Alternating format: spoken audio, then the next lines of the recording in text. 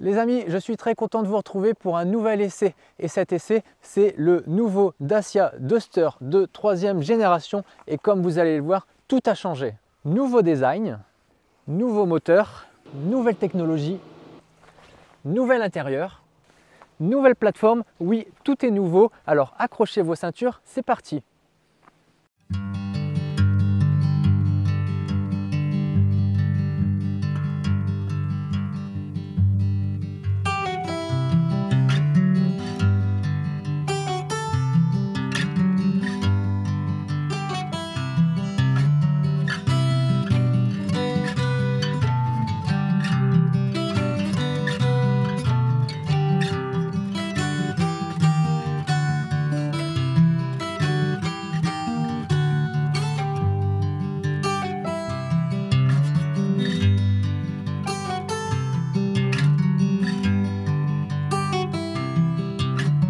Je vais commencer par vous parler du prix parce que c'est très important, parce que c'est une Dacia.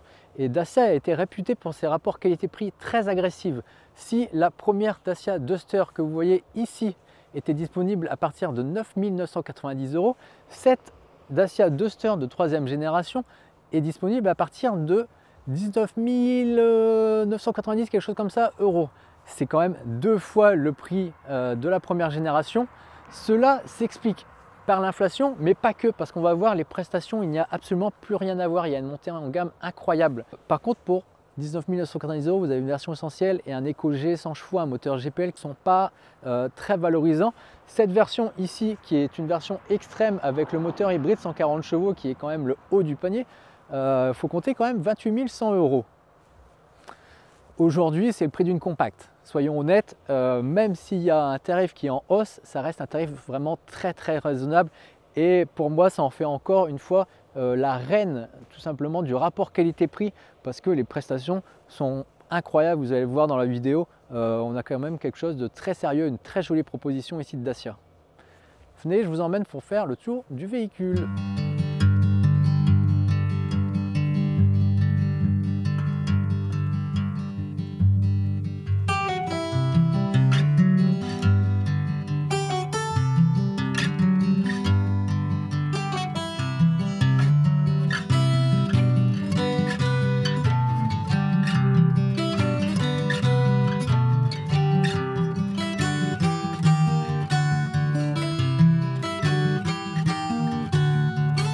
Pour cette 3e génération, Dacia s'est émancipé.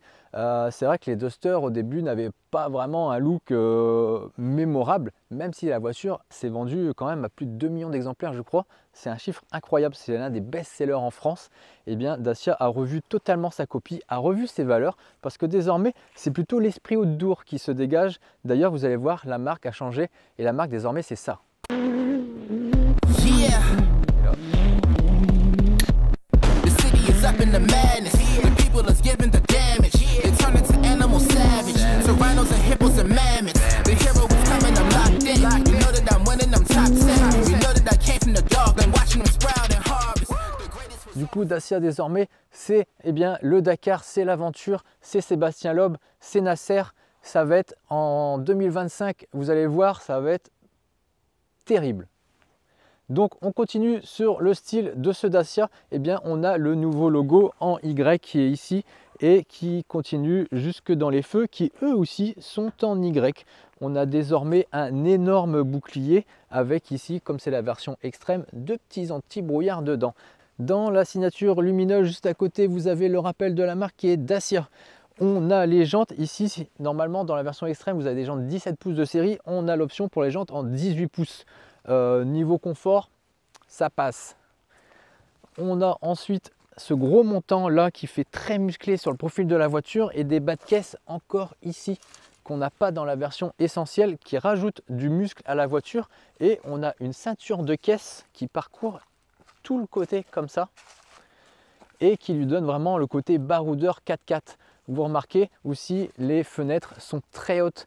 Ça donne de la musculature à la voiture, ça lui donne vraiment un côté robuste. Pareil pour le pare-brise qui est vraiment très rétréci.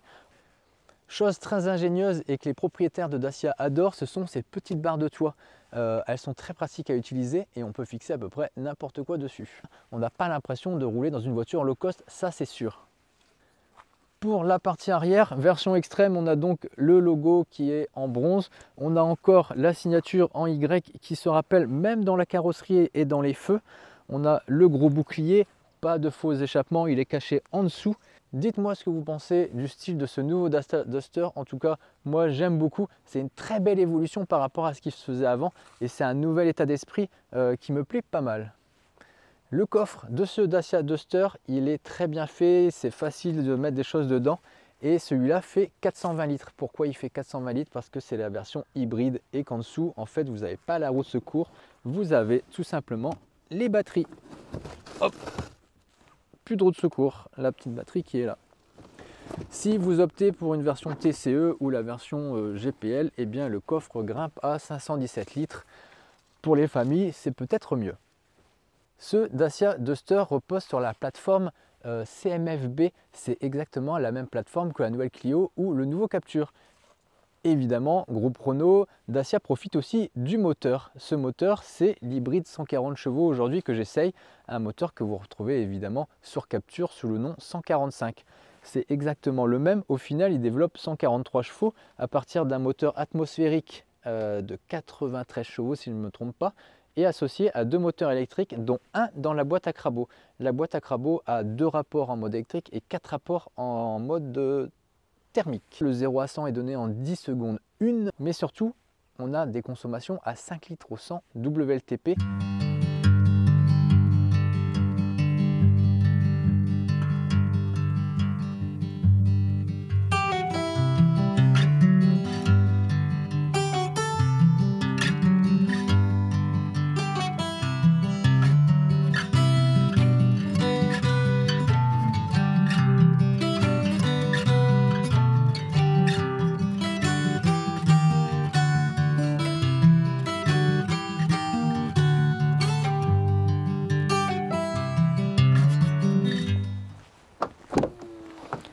On se retrouve à l'intérieur de la voiture et regardez, il y a une animation que j'aime particulièrement, c'est cette petite ligne verte et cette ambiance sonore.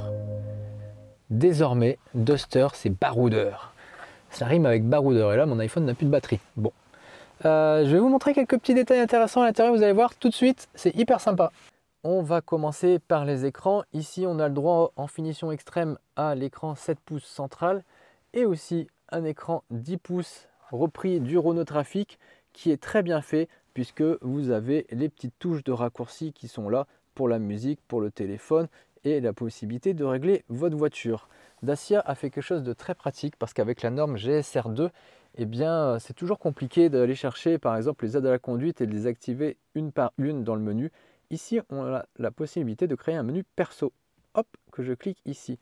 Et dans ce menu perso, j'ai choisi de tout désactiver, à part l'avertisseur d'angle mort.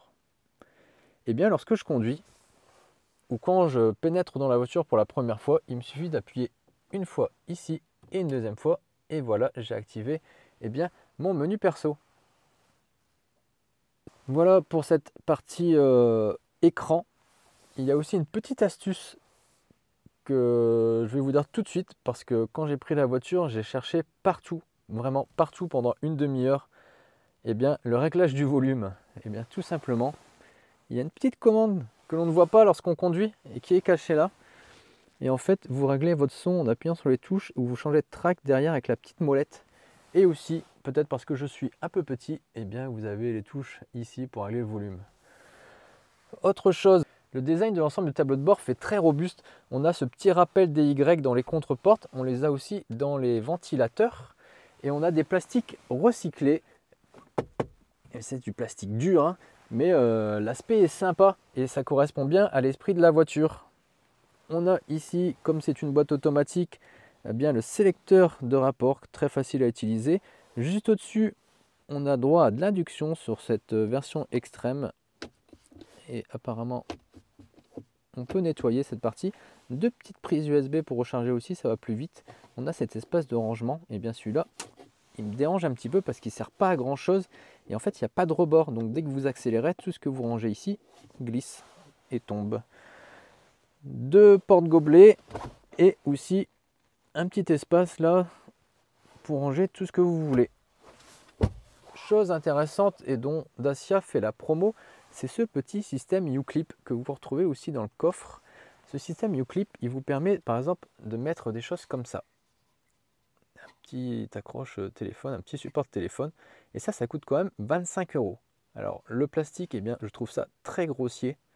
Et en plus de ça, regardez, c'est pas du tout facile à mettre à une main. Et en plus, lorsqu'on conduit, ça a tendance à créer des nuisances sonores, à faire du bruit. Parce que, je sais pas comment décrire ça. Je trouve vraiment pas ça utile. Pourquoi? Parce que vous avez Apple CarPlay ici sur la tablette. Et donc, une fois que c'est connecté, si vous voulez la map, eh bien, il suffit de vous servir de la tablette. À quoi ça sert de mettre le téléphone là, à part vous distraire? Autant le ranger directement là, qu'il soit tranquille et que vous puissiez vous concentrer sur la route. Cet accessoire-là, j'en suis vraiment pas fan. Après, peut-être dans les commentaires, il y en a qui ont ce nouveau Dacia Duster qui vont me dire c'est super. Si, moi je m'en sers. Regardez, j'arrive même plus à le démonter. Hop, ça y est. Hop. Et on a aussi un porte-gobelet supplémentaire qui est possible de mettre pour les sièges à l'arrière. Ou un accroche-sac. Regardez, ça se déplie comme ça. Hop. Dites-moi ce que vous pensez de ce système U-Clip. Regardez, je vais le mettre là.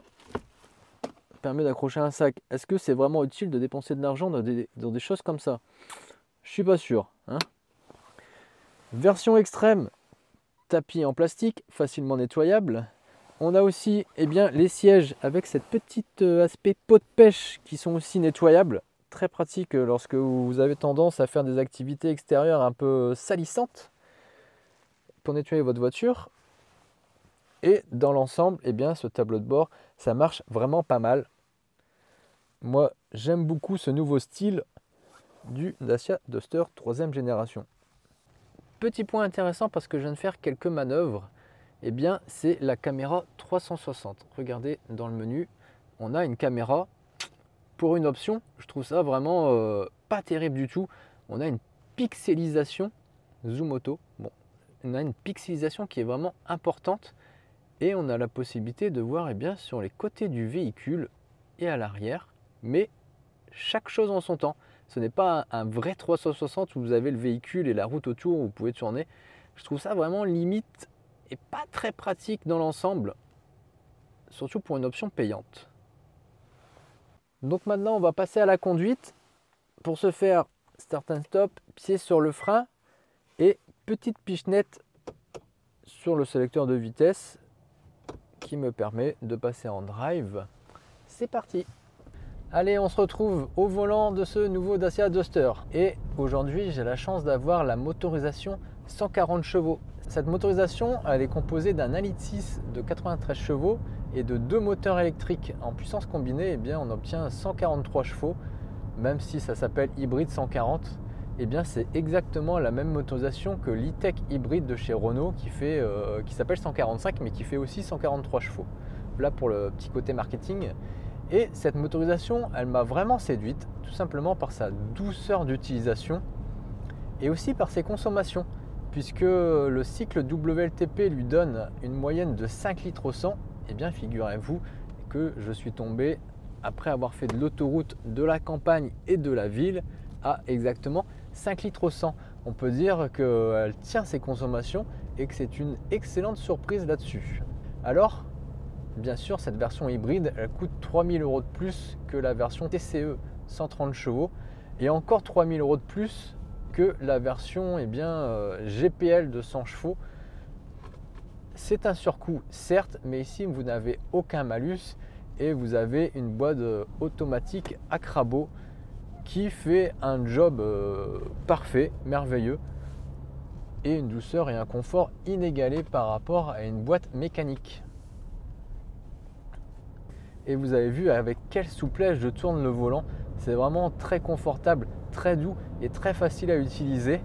Par contre, on profite de la plateforme CMFB qui, elle, offre des performances et une tenue de route incroyable, surtout si vous avez connu un Duster deuxième génération et première génération qui utilisait le châssis de la Logan, l'ancêtre.